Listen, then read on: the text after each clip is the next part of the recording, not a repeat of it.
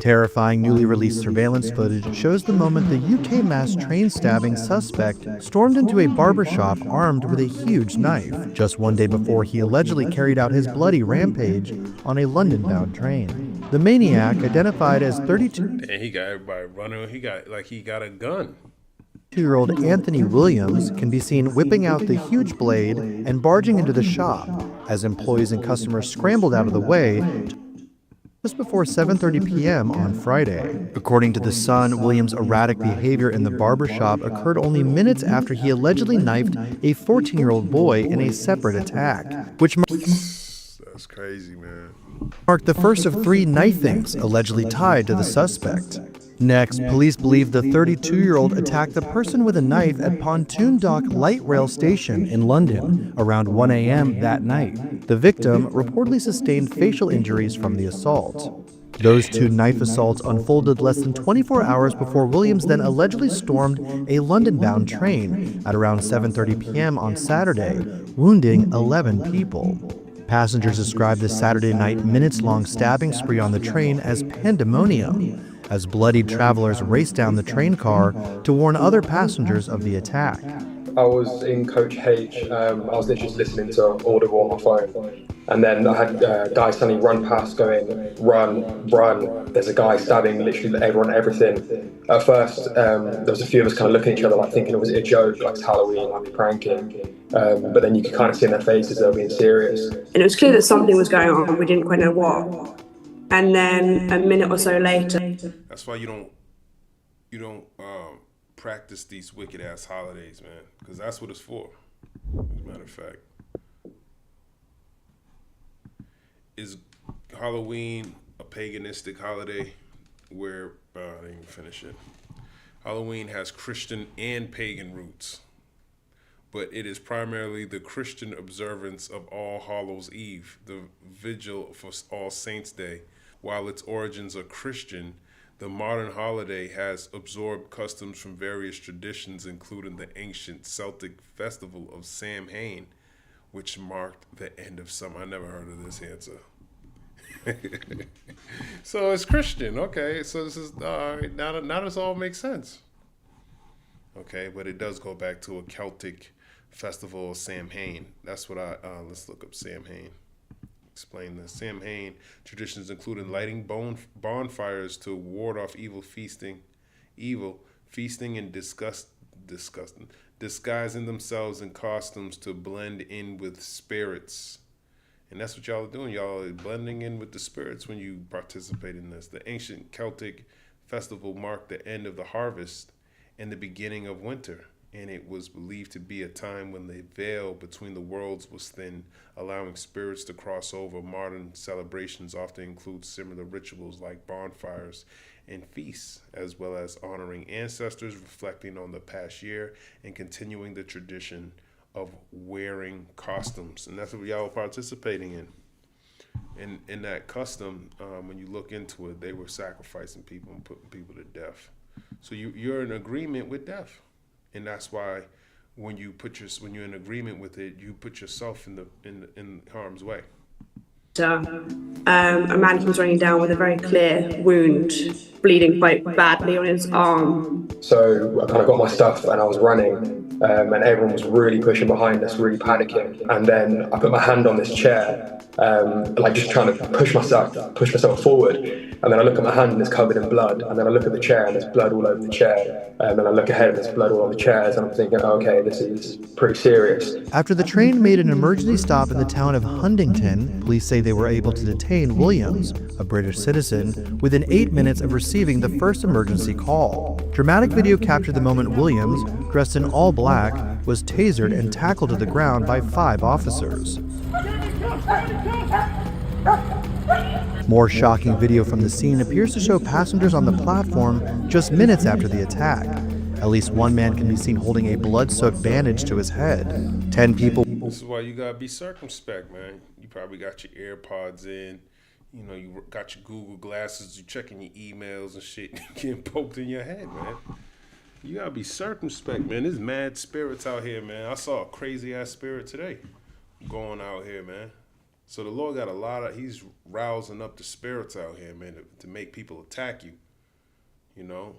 So you got to be careful. You can't be in that worldly ass spirit because you asking for it. You got to know that the Lord's causing judgment to come to pass. All right? And being that weak ass, not knowing what's going on, docile, not knowing, just come on, man. Ephesians 5 tell you the days of evil. All right? Let me grab that. Ephesians chapter 5 and 15 and 16. See then that you walk circumspectly, not as fools, but as wise, redeeming the time because the days are evil. Okay, you got to redeem the time. People were rushed to the hospital because of the attack, while an 11th person self-presented to the emergency room. One victim, described as a member of trained staff who tried to heroically stop the attacker, remains in critical but stable condition. And don't try to be the hero, man. As a matter of fact, these people are smart. And this is a spirit created for vengeance. The Lord created the spirit. This guy is out of his damn mind.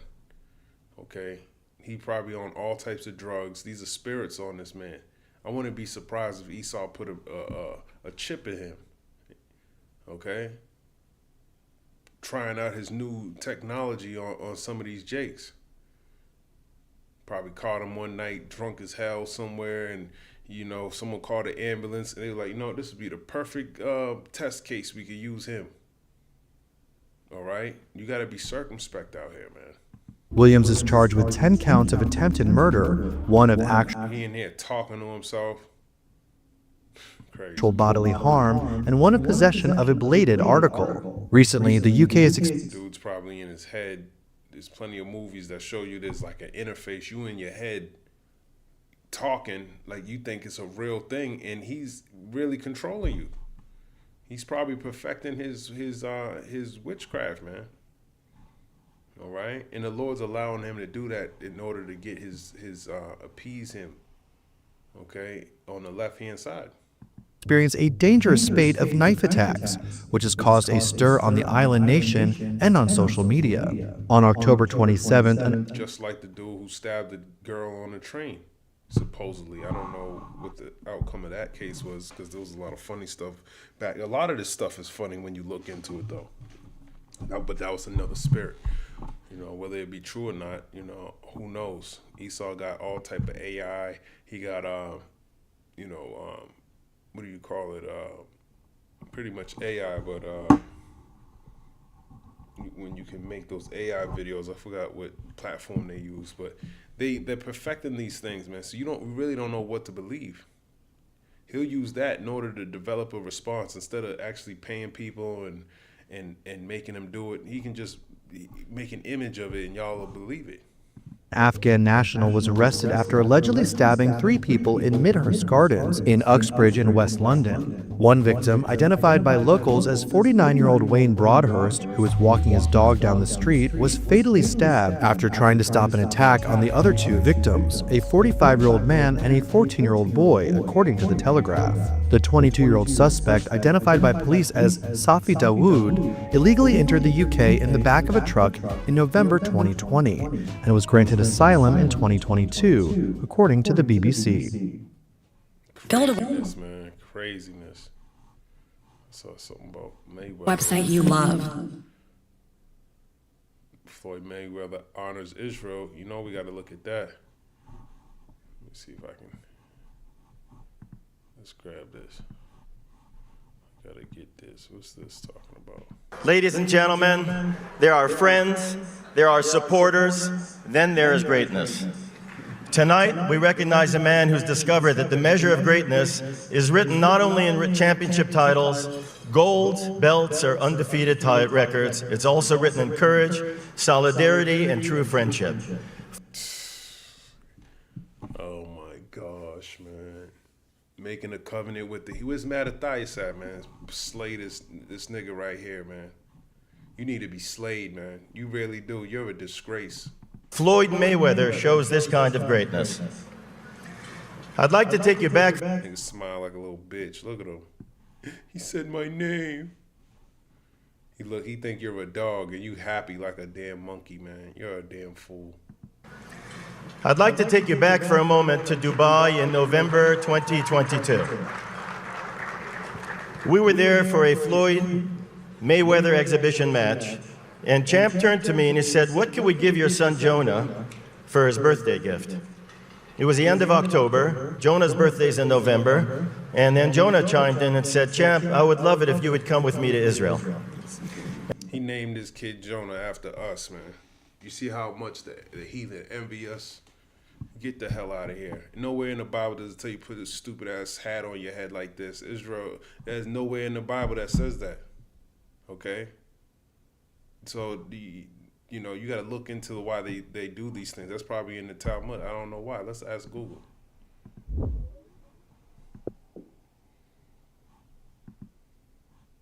Why do Jewish people put a small hat on their head? Jewish people wear a small hat called a kippah or yarmulke as a sign of reverence for God, humility, and to serve as a reminder that God is always above us. I don't mean to laugh, man. It's just, this is so full of shit, man. Hey, the water Yahweh Ba'ashim Yahweh Shai for giving us the apostles and elders, man. Scripture that Paul says not to cover your head when you prophesy. 1 Corinthians 11:4. Let's go over there. He probably don't recognize the New Testament. A lot of them don't. They wouldn't be putting that hat on their head if they recognize the New Testament. The reason why we don't cover our head is because of 1 Corinthians 11:4. This is why you got to know the scriptures for yourself. Christian order.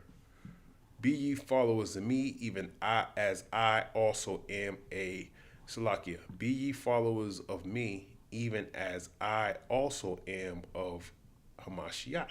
Okay, so Salakia, my I don't know what's up with my let's see. Okay, now it's back. I said I got disconnected. All right, so just like Paul was a follower of Yahweh Shah Hamashiach, that's how we supposed to be. 1 Corinthians 11:2. Now I praise you, brethren, that ye remember me in all things and keep the ordinances as I delivered them unto you. So Paul taught the church of Corinth, okay, about Yahweh Ba'ashim Yahweh Shai. All right, and you got to keep these ordinances. The ordinances are the laws, statutes, and commandments. Okay, let's look at this word ordinance. Strong's G, 3862. Paradosis. Paradosis. Giving up, the act of giving up, the surrender of cities, a giving over, which is done by word of mouth or in writing, tradition by instruction, narrative, precept, okay, etc. So you got to keep these precepts. Objectively, that which is delivered, the substance of a teaching, okay? And he taught them to follow Yahweh Ba'ashim Yahweh Shai. Keep the law, statutes, and commandments to the best of your ability, okay? Practice the righteous acts. Same precepts we be bringing out, okay? But all that, you know, sacrificing and going to the temple, you didn't need to do that anymore, okay? We had to repent and follow Yahweh Shai, him being the example. Okay, objectively, and look at Paul's life. You could see how close it reflected Yahweh Shai's. You know, that sacrificing of himself. Even a lot of our, you know, all the disciples pretty much had that same form of selflessness, the way they followed Yahweh Ba'ashim Yahweh Shai. Of the body of precepts, especially ritual, which is in the opinion of the latter Israelites or Jews, were orally delivered by Moses and orally transmitted in unbroken succession to subsequent generations, which precepts, both illustrating and expanding the written law as they did, were to be obeyed with equal reverence. Okay, so there you go. That's the ordinances, the precepts, the law, statutes, and commandments to the best of your ability. 1 Corinthians 11:3. But I would have you know that the head of every man is Hamashiach, and the head of the woman is the man, and the head of Hamashiach is God. So there's order. That's the order right there. The man, then there's Hamashiach, who the world ignorantly calls Jesus Christ, then it's the Most High God, and under the man is the woman. Okay? 1 Corinthians 11:4, every man praying or prophesying having his head covered dishonoreth his head. Let's see what this means. What does it mean to dishonor your head? As a matter of fact, let's go to Chat GPT. Oh, it's a lot.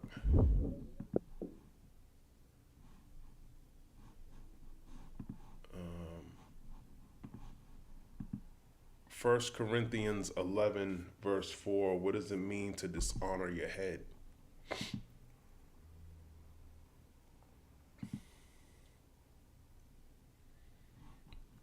Paul is teaching about headship and order within worship. The term head is used in two senses, literal and symbolic. Literal head, the physical head on the body. Symbolic head, the authority or person one is under, Christ or man.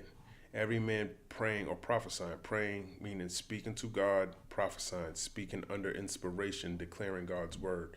Paul is referring to men during acts of worship or spiritual communication, having his head covered. In ancient Corinth, men might have followed Greek or Roman customs of covering the head with a garment or veil during prayer. But Paul teaches that in the order of divine authority, men should pray uncovered because they represent Hamashiach's image and glory. And, you know, this is why they wouldn't. A lot of them would tell you that they don't follow the New Testament, because then they would. So if they don't follow the New Testament, they don't follow Paul, they don't follow Yahweh Shai. Okay, and they don't follow Yahweh by Hashem Yahweh Shai.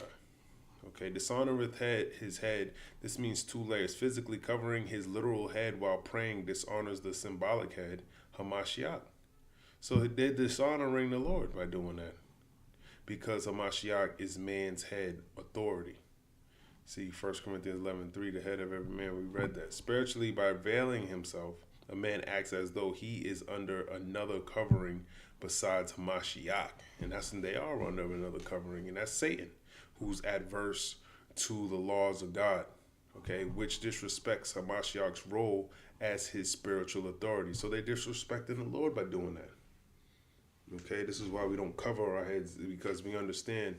Paul even tells you that, some of his teachings were hard to understand. When Peter wrote that Paul's teachings were hard to understand, 2 Peter 3, verse 16, let me grab that. As also in all his epistles, speaking in them of these things, therein are some things hard to understand, which those who are unlearned and unstable wrest, as they do also the other scriptures unto their own destruction. And that's what Amalek does. Okay, he don't know the name of the Lord. He calls the name Hashem, and he dishonoreth his own head, which ultimately he's dishonoring the Lord. Okay. But the Lord going to dishonor him when he returns. 1 Corinthians, related scriptures. To dishonor his head in 1 Corinthians 11:4 means to disrespect or show irreverence to Hamashiach, who is the man's spiritual head, by praying or prophesying with a physical covering on his head, symbolizing being under another authority besides Hamashiach. And that's why they do that. They're under the authority of, and just like wearing all black all the time. Okay, it is nowhere in the Bible tells Israel to do that. All right. So the point that I'm making, they are not the. Well, I can't say that they're not. There's some of them are, not all of them. Majority of them are heathen. A majority of them are Esau. But there's some of them, because of Deuteronomy 28, verse 64, who are actually descendants of Jacob. Okay. Would you like me to include Greek? No. Nope. Let's find that precept in Maccabees. When Jason, the high priest, had Israel wear hats,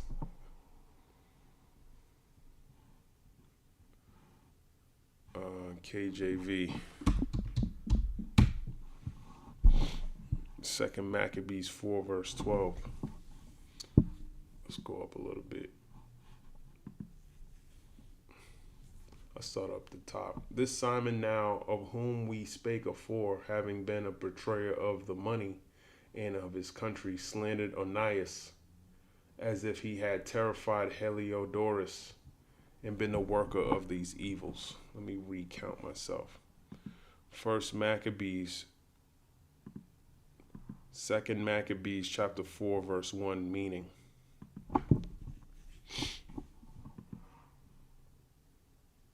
Yes, man, let me just get to the point.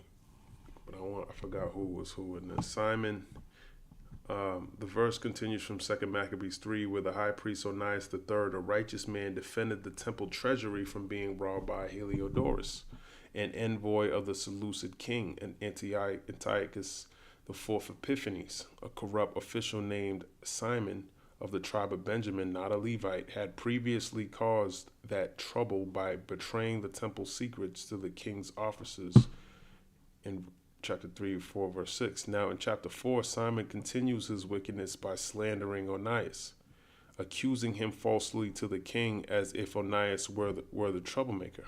Verse breakdown. This Simon now, of whom we spake afore, refers back to Simon the Benjamite mentioned in 2 Maccabees 3, 4 through 6. He had already been causing division among the priests and informing against Onias.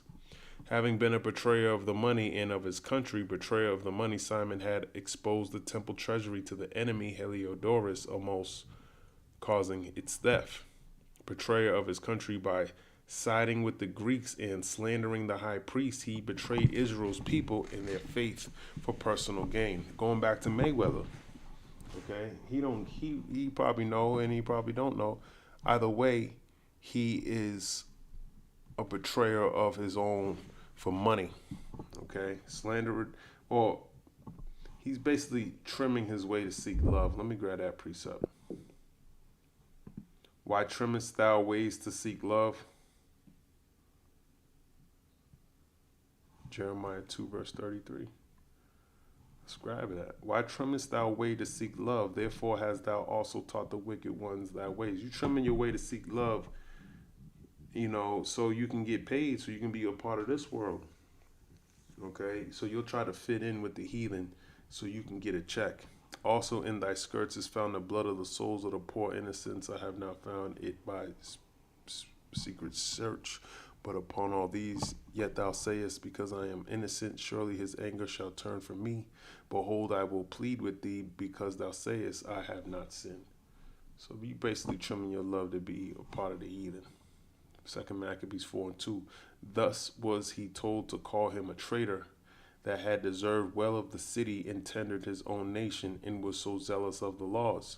But when their hatred went so far that by ones of Simon's faction murders were committed, Onias, seeing the danger of this contention and that Apollonius, as being the governor of Seleucia and Phenice, did rage and increase Simon's malice. He went to the king not to be an accuser of his countrymen, but seeking the good of all, both public and private, for he saw that it was impossible that the state should continue quiet, and Simon leave his folly, unless the king did look thereunto. But after the death of Seleucus, when Antiochus called Epiphanes took the kingdom, Jason, the brother of Onias, labored underhand to be the high priest. Okay, let's see what that means. He tried to get the position of the high priest because he saw that it was lucrative, promising unto the king by intercession 360 talents of silver, and of another revenue 80 talents. So he was going to, let's look at this word, intercession. Intercession is the act of pleading on behalf of another, often used in a religious context to mean praying to God for others. It involves acting as an intermediary or advocate for another group or cause, and can be a way to show support, share burdens, and seek divine intervention for a variety of needs, including healing, guidance, and protection. All right. Besides this, he promised to assign 150 more if he might license to set him up a place for exercise and for the training up of youth in the fashions of the heathen, and to write them of Jerusalem by the name of of Antiochians. Let's look at that. I think he was trying to turn them from Israelites and to write them of Jerusalem by the name of Antiochians. Okay, let's look this up. 2 Maccabees 4. Because he wanted to team up with the heathen. 2 Maccabees 4:9. 2 Maccabees 4 verse 9, meaning.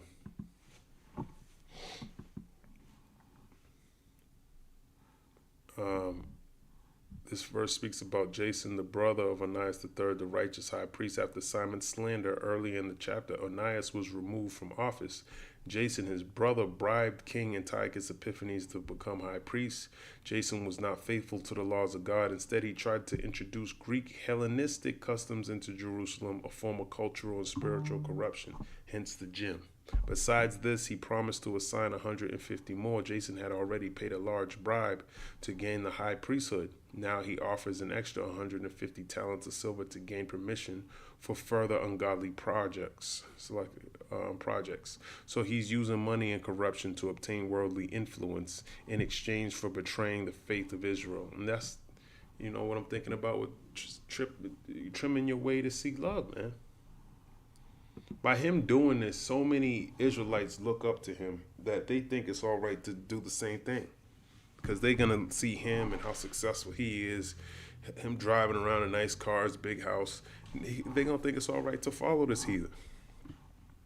Which when the king had granted and had gotten into his hand the rule, he forthwith brought his own nation to Greekish fashions, and the royal privileges granted of special favor to the Jews by the means of John, the father of Eupolemus, who went ambassador to Rome for amity and aid, he took away, and putting down the governments which were according to the law, he brought up new customs against the law.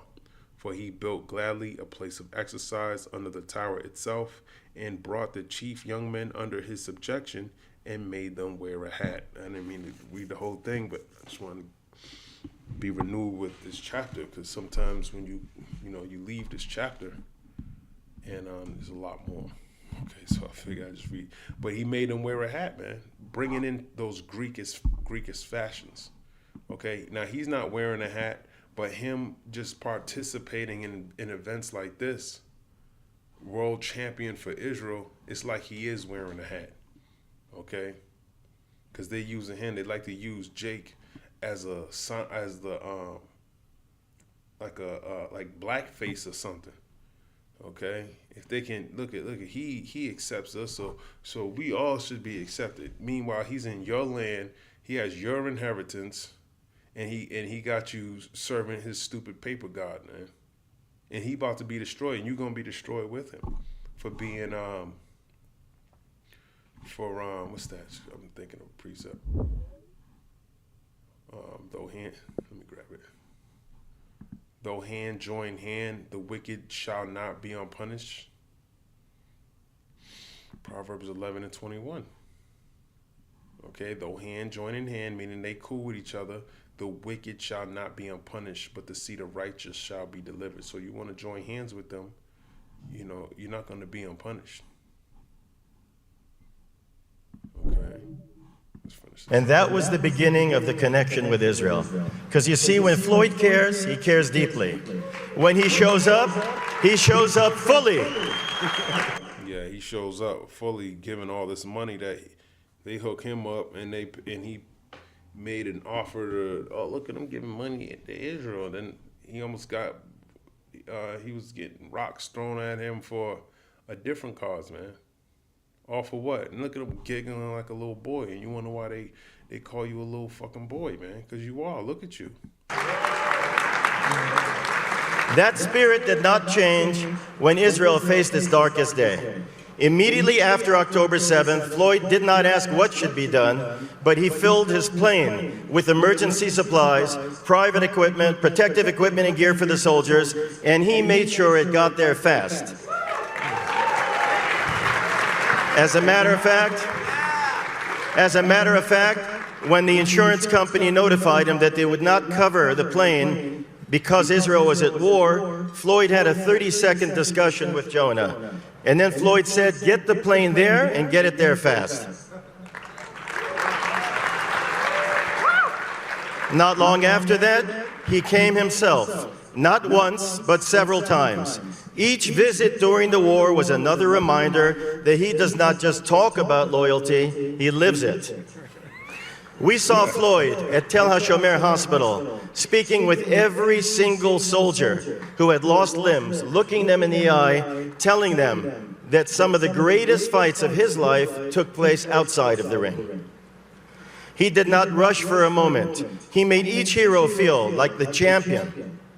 Eli Bear, you hosted him at Hatzalah headquarters, and he met with volunteers, heroes who saved lives every single day.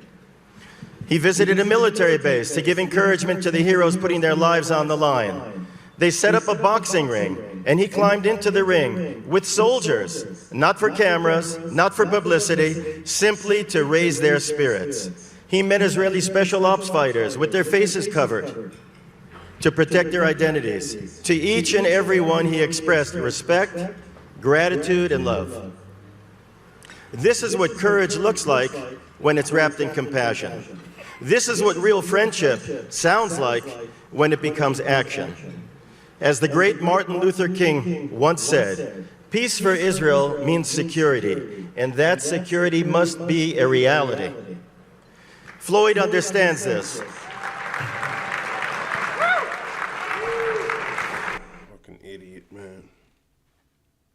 You're a fool, Mayweather, because all this money, fame, and all this shit, all that shit about to be taken away, man. So you're nothing like our forefathers, man. You go. I was thinking about Marshall when he said, and he was the 11th chapter. Because it's deep to think, how hard our forefathers went, and that should get you pumped up, man, through the spirit. Yeah, way less than what we had. Okay, Hebrews 11:24. Actually, I should start up. Hebrews 11:23. I'll read the whole point. By faith, Moses, when he was born, was hid 3 months of his parents, because they saw he was a proper child, and they were not afraid of the king's commandment. By faith, Moses, when he was come to years, refused to be called the son of Pharaoh's daughter, choosing rather to suffer affliction with the people of God than to enjoy the pleasures of sin for a season, esteeming the reproach of Hamashiach greater riches than the treasures in Egypt, for he had respect unto the recompense of the reward. By faith he forsook Egypt, not fearing the wrath of the king, for he endured as seeing him who is invisible. Talking about Yahweh. Okay? So, it goes on a little bit more, but the point is he refused, he rejected to be part of the Egypt. He chose rather to suffer affliction with the people. Okay, and that's what we're doing. We're suffering just like Yahushua did. Him being the example. But no, you want this on this side, and guess what? That's gonna come with your life, man. For a green piece of paper. Floyd understands this and has stood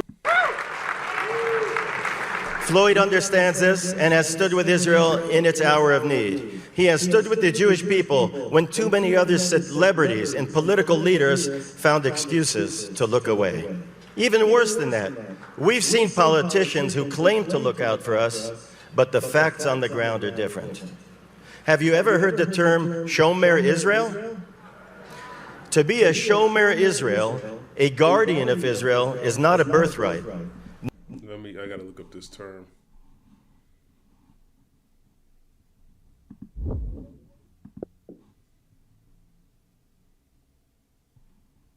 What does Shomer Israel mean? What does Shomer Israel mean? The phrase Shomer Israel is likely a misinterpretation of the documentary title Mayor. I don't know. Alright, whatever. Way off. No one is handed that title. You earn it through action, through sacrifice, through standing up when tested. Floyd Mayweather is the real Shomer Israel.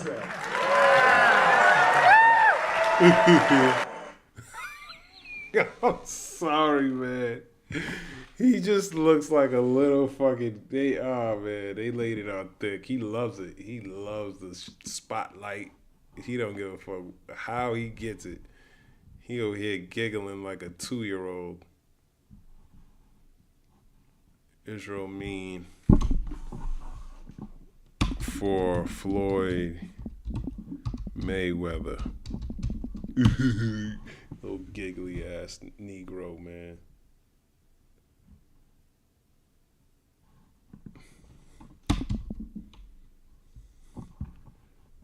Let's see if I can find it.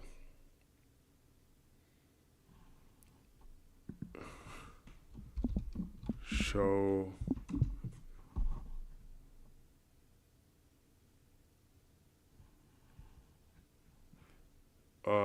The user's query appears to be referencing Floyd Mayweather Jr.'s recent and highly public statements of unwavering support for the country of Israel, not an individual named Mayor Israel. At a recent Republican Jewish Coalition conference in Las Vegas, Mayweather stated he will always be the voice of the people in Israel and will always stand behind the country of Israel. He emphasized his full commitment, saying, "I'm not with you guys 10%, 50%. I will always be the voice of the people in Israel." Yeah, not you the Israelite. You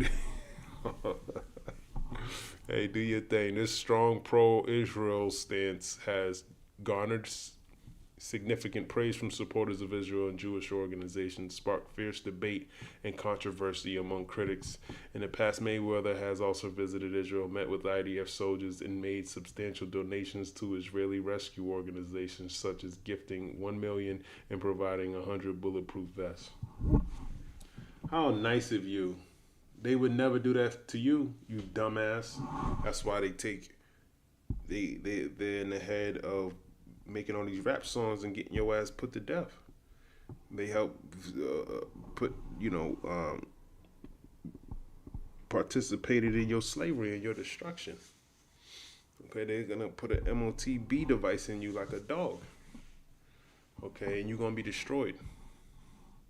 You're gonna be destroyed, man.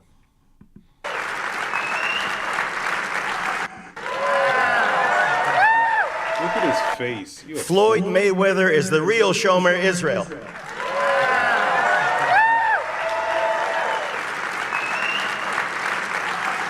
There are Fairweather friends, and there are Mayweather friends. Champ, when others might have stepped back, you stepped forward. When others stayed silent, you raised your voice. You have shown us that loyalty is a privilege and brotherhood is a responsibility. So it's now my great honor to present the World Champion of Israel Award to our brother, our champion, and the undefeated defender of what is right. You have been the greatest friend to Israel and the Jewish people. Ladies and gentlemen, please join me in celebrating the World Champion of Israel Award to Floyd Mayweather.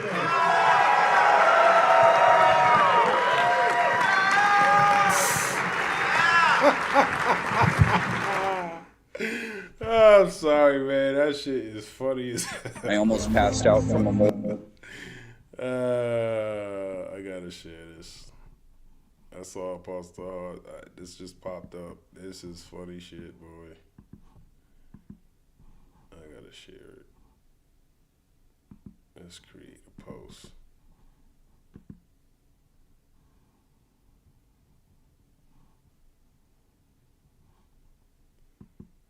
We'll share that. Foolishness, man. Foolishness. We'll see what else is going on.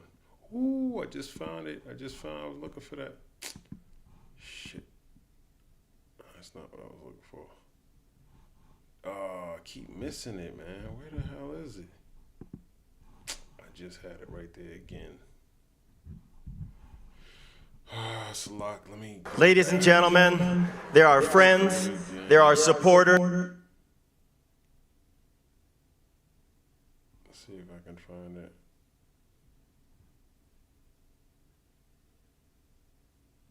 Nope.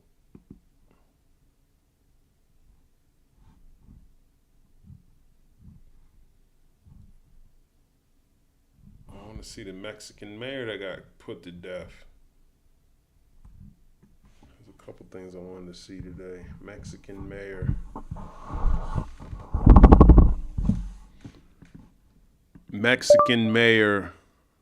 Mexican mayor dies. Yeah, this is what I was looking for.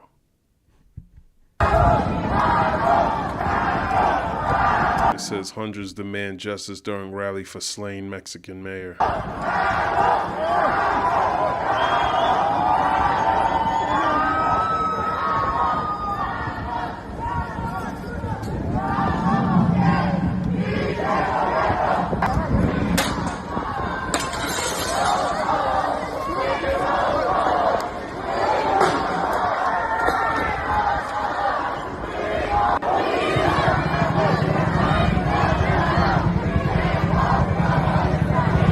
Okay, so whatever.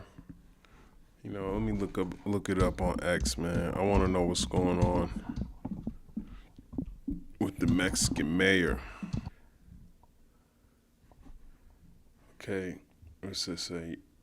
Europan Mayor Carlos Menzo dies following attack, nicknamed the Mexican Bukele. Carlos Menzo Rodriguez, 40, mayor of Europan Macocan, hardline anti-cartel, ordered shoot to kill unarmed criminals. Yeah, look like they pushing. So, hey. Gunman killed Mexican mayor who urged government to tackle violent crime. See, you can't. The Lord is the only one that can bring forth this type of peace, man. Jake tried to take it upon himself, and you know, it's a noble thing to want to stop it, but there's a certain way to do it, man. You gotta call out to the Lord, man. So that's more civil unrest in Mexico. All right.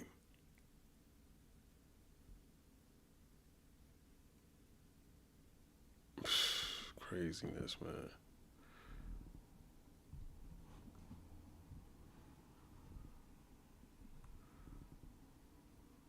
All right, there's one more thing I wanted to look up.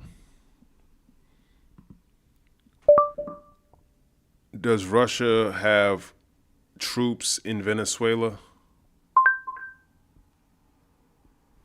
U.S. conflict.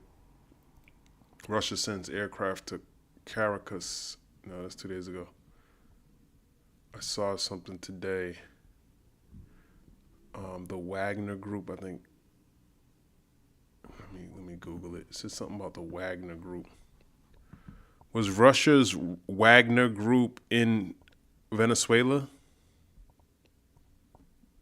Yes, Russian private military contractors, including members of the group that was previously known as the Wagner Group, have been active in Venezuela, with reports of their presence dating back to at least 2019 and recent activity confirmed in 2024. Their role is described as supporting Venezuelan security forces and potentially offering defense capabilities or aiding President Maduro's potential evacuation. I thought I saw news about this like more recently. 2 days ago, U.S.-Venezuela conflict. Russia sends aircraft to Caracas. That's 2 days ago. Let's look this up. The US-Venezuela confrontation has erupted to new heights, and now Russia has entered the fight. Oh, shit. DD India is an Indian public broadcast service. So this ain't being talked about in America? I just Googled this information, and this is 2 days ago. So you tell me Fox, CNN, no other news station, you can't find this information anywhere, and you wonder why. And you know what? Who can you trust? This might be fake news. This might be fake news, man. But I'm going to look into it anyways. I never heard of Indian news, U.S.-Venezuela conflict. But I actually heard, what news station? What's I listening to? News reports about Russia sending Wagner Group into Venezuela in 2025. Okay, so DD News, as U.S. ramps up pressure, Venezuela pleads with Moscow and Beijing for help. Okay, so the Washington Post reported something on it. Okay, so that's more news. Heavy Russian cargo plane lands in Caracas amid U.S.-Venezuela tensions. So that's 6 days ago. Putin rushes to help Maduro, sends Wagner group to Venezuela as Trump beats the drums of war. And this is after the 60-minute post. If you didn't watch it, he was saying, the lady was asking the duck if he would send troops on the ground over there. And he said, I want to tell you that on camera. And now this information, so this is why you can't really trust him, because he's probably been doing that. This is 6 days ago. Why would Russia be sending things over there? Okay, let me look at this, see what he says. A Russian transport plane landed in Caracas, signaling Moscow's direct involvement in the crisis. For Washington, D.C., their direct involvement in the crisis. Okay, so whatever's going on over there, Russia's part of it too. Okay, he tried. I saw there was talks about him trying to talk with the duck, but clearly he ain't no talking, man. He want to go to war with you. He wants your resources. And now all of a sudden Nigeria is such a big thing. Maybe it's not gonna go as planned anymore. Now he gonna need a weaker another point of entry to get what he needs. That's why you can't trust this devil, man. You gotta watch him.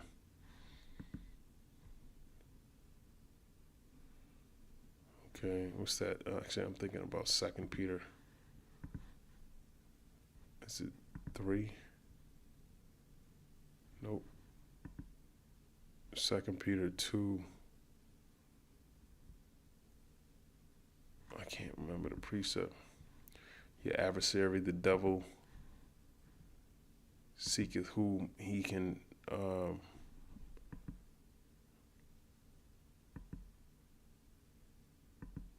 can't think of the precept. Oh, there it is. 1 Peter 5, verse 8.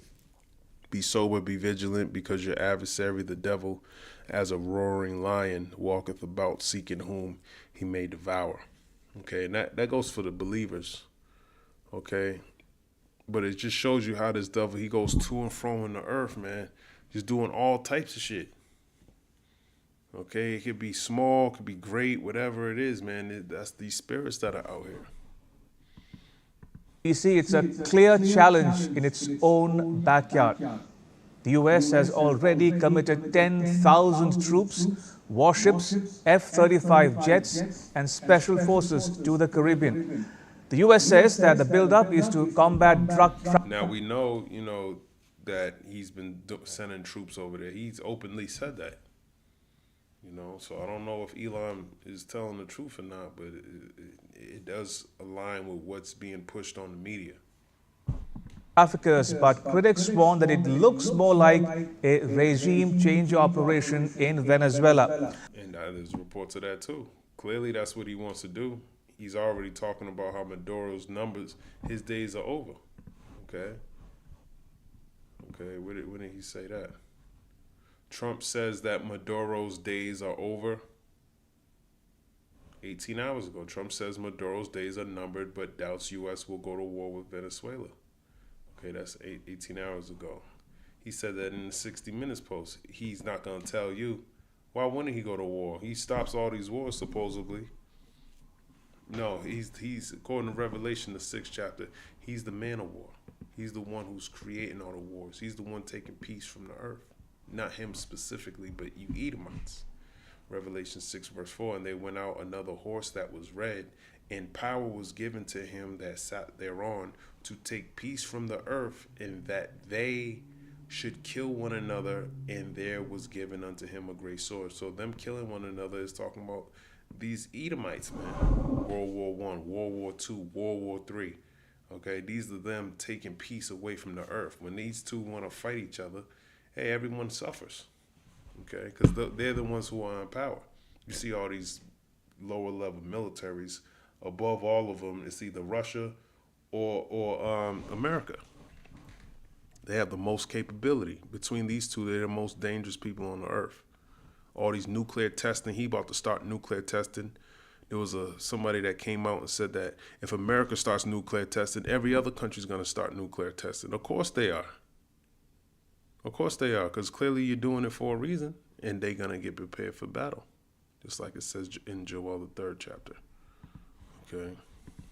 U.S. President Donald Trump, who once boasted of being the only modern U.S. leader not to start a new war and push for historic peace deals in various parts of the world, now finds himself on the brink of another conflict. This time. Right. I might have to sign up with him, man. You know, well put. All these wars you start, now you on the brink of another war.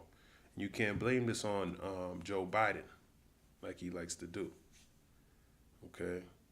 But you would think, let's put out some of these fires before I go into another situation. Nope. Let's go from one to another. Let's take peace from the earth. Time in Latin America. Aman Kumar Himanshu reports.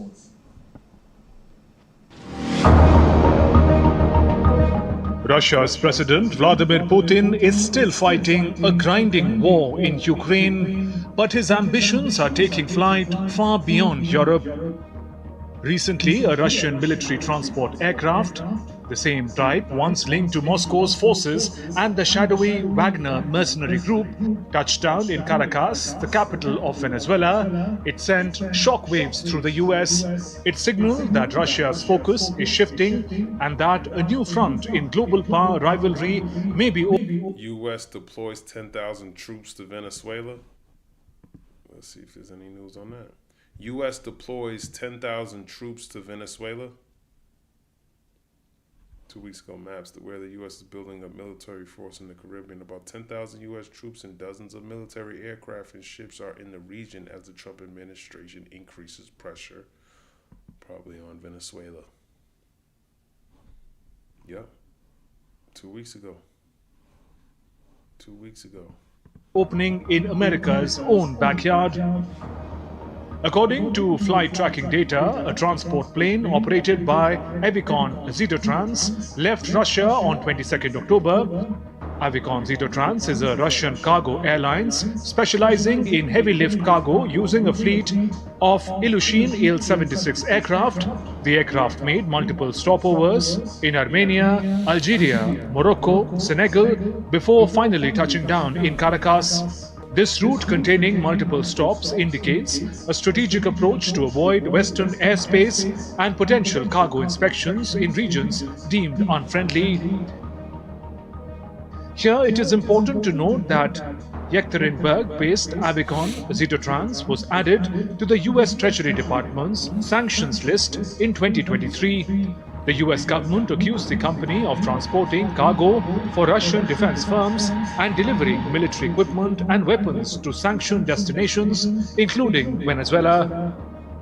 The latest Russian move in the Caribbean comes as tensions between Venezuela and the US reach new heights. The US has accused Venezuela of being involved in illegal drug trade. In the last couple of months, the US has deployed 10,000 troops. Claim it on U.S. drug trade, but he's probably doing military operations over there. Stopping drugs, sure you are. Just a guise to attack and get the American people to think that it's something other than what it actually is. He don't give a fuck. He don't have no problem lying to you people, man. You're nothing to him. To the Caribbean as part of a military build-up involving warships, F-35 fighter jets, a nuclear-powered attack submarine, and a floating base for special forces. Trump also declared that he has permitted the US spy agency CIA to conduct covert operations in Venezuela. He did say that. He said he was going to send the CIA with boots on. This is how he talks. And then the news matches up. And you got to put it in between the lines, man. Now, Russia's sending Wagner group and all of this over there. Come on, man. You think he's just going to walk out because you saying his days are numbered? What's he supposed to do? He going to prepare the war. The hell out of here. They know your history. They know Esau's way of doing things, man. he'll do one thing and you know, pretty much it's the same thing. You know, he starts to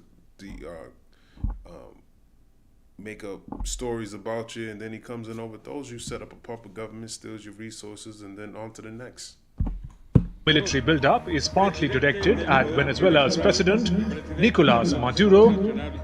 The US and its allies accuse him of committing fraud in 2024 elections. They claim the election lacked international standards and transparency. The US has not recognized Maduro's presidency or maintained diplomatic ties with Venezuela since 2019. For his part, I'm not going to listen to all of this, but it's still the same story, same. This is Esau, man. All right.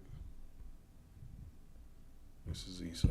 Let me go to John 10.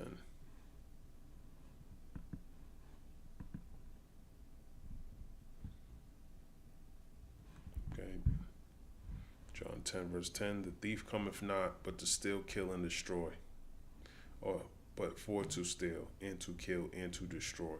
I am come that they might have life, and that they might have it more abundantly. Okay, so that's what Esau has come to do. And if you think he's doing anything other than that, trying to stop 25,000 Americans' lives and all of this bullshit, then you clearly don't know the scriptures and you don't know who the devil is. But I'm going to end it here. Lord's will, this was edifying.